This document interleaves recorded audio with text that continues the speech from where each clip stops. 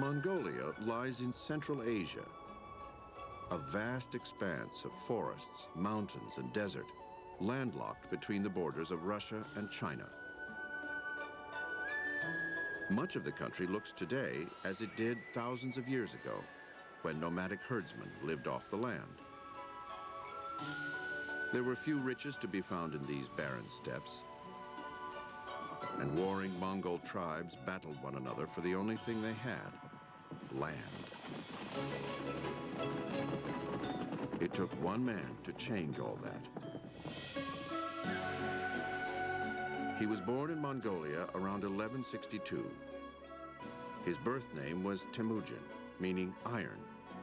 But as his empire grew larger, he became known as the Universal Ruler, or Genghis Khan. Genghis Khan arises out of a context of warrior tribes. And warrior tribes are essentially based on the same principle that the Romans were, which is either you dominate or you are dominated.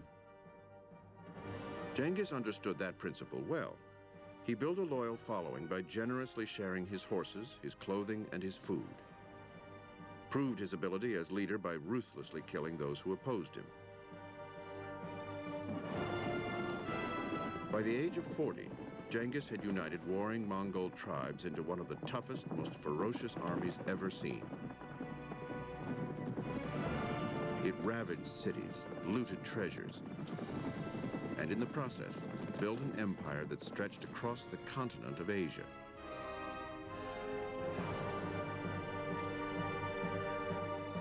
Genghis harnessed the natural skills of his nomadic warriors. Mobility was the secret weapon of his invincible army. They could attack settlements or villages or towns and then flee into the steppelands and not be fearful of being pursued by people who didn't have that kind of mobility.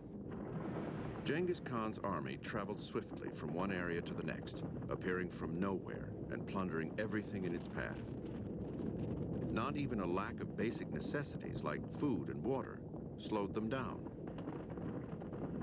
One of the things that they are renowned for was pricking the skin of a horse. Blood would sputter forth, and they would drink up the blood, and that would keep them going. Genghis Khan relied upon the extraordinary stamina of his army when he launched his first campaign outside Mongolia. In 1209, he attacked northern China. Genghis crossed the Gobi Desert, traveling 600 miles with an army of 75,000 men. He conquered the northern province of Shisha, and in 1214 he surrounded the Chinese capital of Zhongdu and starved its inhabitants into submission. They were forced to eat human flesh to survive. A year later, they surrendered. This is extraordinary. Breaching the Great Wall, driving hundreds of miles into China. There's nothing that convinces a soldier of the power and the legitimacy of a war leader than success. And I think that probably that Chinese campaign did this for Genghis Khan. But his power was neither as organized nor as permanent as that of Alexander the Great. He didn't set up administrations or governments. Genghis and his armies traveled from one territory to the next, plundering, conquering, and moving on. And as soon as you raid one city and you sack it, then in order to get food for the next campaign, you have to go raid another city. So once you start it, you can't stop. Genghis Khan was propelled by two things, necessity and revenge. In 1218, the Persian Shah Muhammad brutally murdered Mongol ambassadors visiting on a trade mission. I was not the instigator of these tribulations, Genghis is rumored to have said. Grant me the strength to exact vengeance.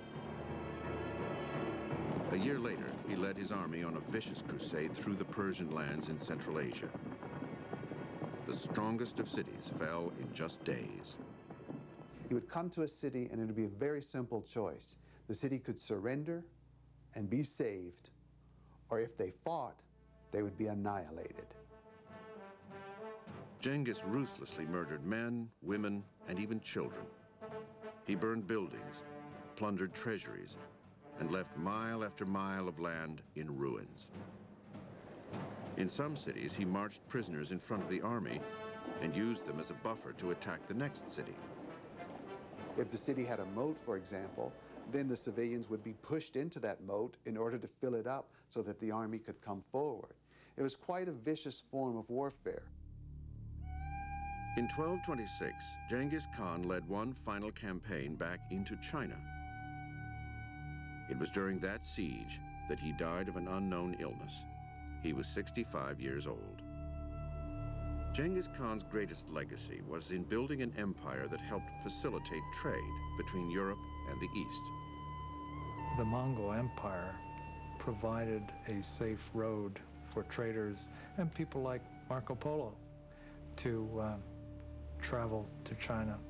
And it was the West's first introduction to the wonders of the East.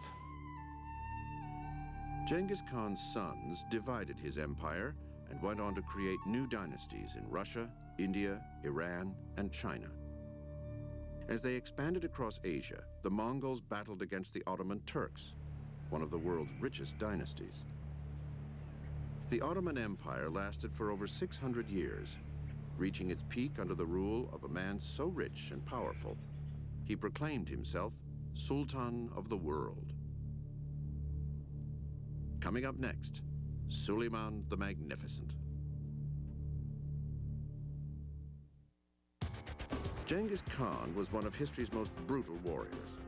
But according to ancient Mongol writings, a stern word from his mother could send him cowering to the corner of his tent.